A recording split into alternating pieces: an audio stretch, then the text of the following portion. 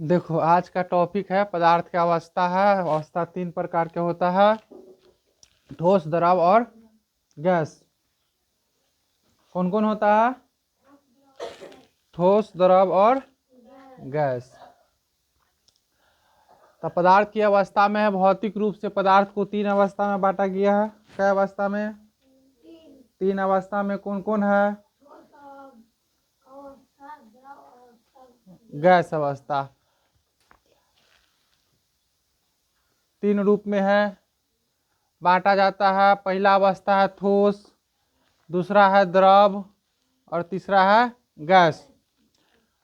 चलो उदाहरण के लिए पहले हम लोग अपने शरीर में देख लेते हैं कि मानव शरीर में क्या क्या चीज होता है। ठोस क्या रक्त रक्त होता है, द्रव और क्या चीज होता है, गैस।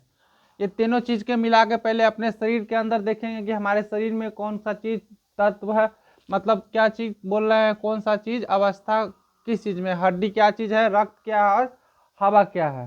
तो हमारे शरीर में पहले देख लेंगे, इसके बाद हम दुनिया के बारे में पढ़ेंगे कि दुनिया में क्या चीज कौन अवस्था में है, ठोस कौन है, द्रव कौन है और गैस कौन है।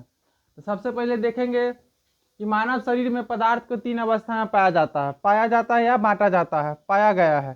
शरीर को तो बांट नहीं सकते हैं, क्या कि उसमें पाया जाता है कौन अवस्था, तीन गो अवस्था। कौन कौन होता है? हड्डी और दांत हो जाता है ठोस अवस्था में, जिसका न तो आकार निश्चित होता है, आकार भी निश्चित होता है और अवस्था भी निश्चित होता है और आयतन भी निश्चित होता है। दूसरा हो गया रक्त और जल। हमारे शरीर में रक्त मतलब ब्लड, ब्लड मतलब खून भी होता है और जल, जल मतलब पानी भी होता है। जब देखता होगा पूरा अंदर कटाएगा तब जाके खून निकलेगा। ऊपर जब छिलाएगा छिलाएगा ना, तो शरीर के ऊपर से जब स्किन छिलाता है तो उस पर क्या निकलता है, पंछेका लेखा निकलता रहता है, पहले पानी की तरह बहेगा, तो उसको जल कहते हैं।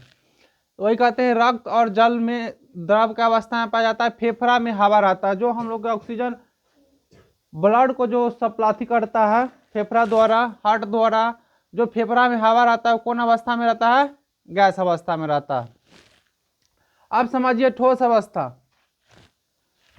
ठोस अवस्था में क्या कह रहा है कि वह पदार्थ जिसका आकार और आयतन निश्चित हो, आकार और आयतन दोनों निश्चित हो। निश्चित के मतलब क्या हो गया? निश्चित के मतलब हो गया कि ना उसका आकार बदल सकता है ना उसका आयतन बदल सकता है। ये बोर्ड हो गया जिसपे तुम लोग पढ़ रहा है, इसका क्या होगा, ना आकार बदलेगा ना आयतन बदलेगा। तो ऐसी चीज को क्या चीज कहते हैं? हम ठोस अवस्था कहते हैं, मतलब ये चीज ठोस में पाया जाता है। उदाहरण के लिए हो गया दीवार हो गया, पत्थर हो गया, कुर्सी हो गया, दरवाजा हो गया, इत्यादि हो गया। इत्यादि के मतलब होता है और भी कुछ हो सकता है, और बहुत कुछ हो सकता है, कुछ नहीं और बहुत कुछ हो गया। कुर्सी हो गया, मकान हो गया, दुकान हो गया, ईटा तो दिया ही हुआ है, दीवार के मतलब वही हो गया। और इसके बाद कर रहा है द्रव अवस्था। द्रव अवस्था में क्या चीज होता है? वह पदार्थ जिसका आयतन निश्चित हो और आकार निश्चित नहीं हो। जैसे ये बोतल में पानी है, ये द्रव अवस्था में पूरा। इसको गिलास में रखेंगे तो गिलास जैसा हो जाएगा, लोटा में रखेंगे लोटा जैसा हो जाएगा, डिब्बा में रखेंगे फिर डिब्बा जैसा हो जाएगा। इसका जो पानी है इतना ही रहेगा, पानी नहीं कमेगा। इसका आकार क्या हो जाएगा? बदल जाएगा, मतलब आयतन सेम रहेगा और आकार बदल जाएगा। तो जिसका क्या चीज आयतन बदल जाए और आयतन वही रहे और आकार बदल जाए तो क्या होता है? द्रव होता है। द्रव में देख लो जल हो गया, रक्त हो गया, डीजल तेल इत्यादि हो गया। इत्यादि के मतलब और बहुत कुछ भी हो सकता है। इतना उतारो, फिर आगे पढ़ा रहे हैं गैसीय अवस्था।